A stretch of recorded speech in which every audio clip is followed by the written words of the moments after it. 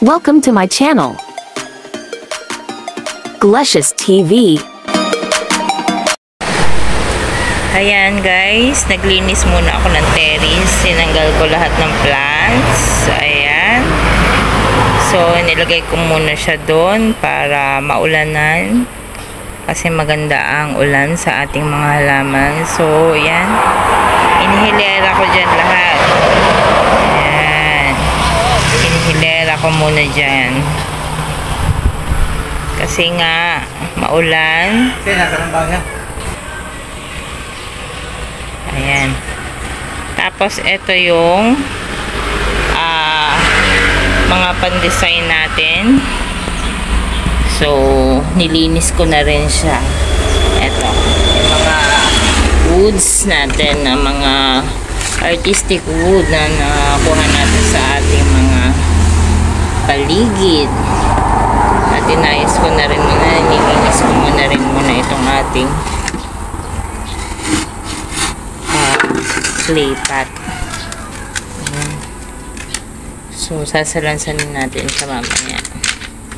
Ito yung ating nakuha sa puerto nung umuwi ang Kuya Hawan. So, yan. Isasama uli natin sa design. At ito yung iba pa na mga luma. So, ito guys. Tulad nito guys. Guys, tingnan nyo to. Ito ay luma. Maganda siya. Maganda siya. Artistic yung dating niya. So, ito ay galing sa labas sa Kakawatwa na puno yan. Galing. Tapos, ito naman yung pinagsunugan. Pero maganda rin naman ang design niya. So, ayan. Ginagawa nating collection ng mga woods.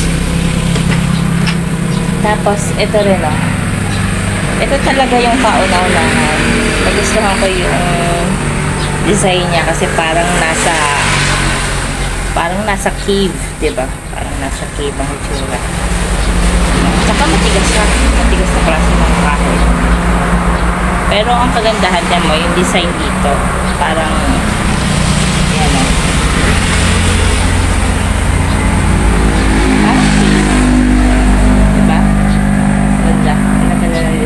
Ito ang pinakagusto ko sa lahat. Tapos, yung lemon ko namatay. So, kinuha ko na rin yung roots ng lemon. Kasi parang ang ganda rin ng kanyang design. Diba?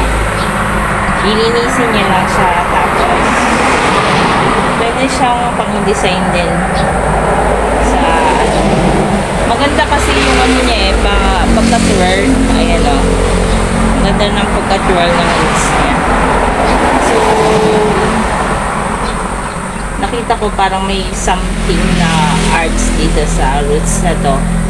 Ito ay yung root ng matandang American lemon na matay. So, ito. Kasi transfer ko siya. Kaso nga lang namatay. So, ito, kinuha ko na lang yung roots as souvenir. Diba? Ang ganda, oh. Ilinisin lang siya. Ang ganda ng pagka-twirl niya. So, yun guys, yung mga plants ko, hinilera ko na lang muna doon. And then, sasalansan ko na lang usually siya dito sa terrace. Ayan, nicely arranged na po ang ating mga ornamental plants at saka ang ating mga artistic woods. So, i-design na natin dito sa terrace. Okay, ito po yung arrangement. Diba maganda siya sa terrace gardening. May mga combination ng mga artistic wood na nakikita natin sa paligid na may mga arts na pwede i-recycle at gamitin sa decoration. Kasama ng ating mga ornamental plants and other na mga media para sa pang-design. So, ito. And then, with combination of flower. So, may aura siya ngayon. Ilagay natin na design. Yun. Ito yung flower natin. So, maganda dito sa landscape na to. Sa terrace gardening, ang ganda ng aura niya. Star shade. So, ang ganda ng bloom niya ngayon. Ayan, stripe and white. So, ganda niya. Apple of the eye siya ngayon. Nagpo-bloom siya dito sa part na to at maganda combination sa ating landscape.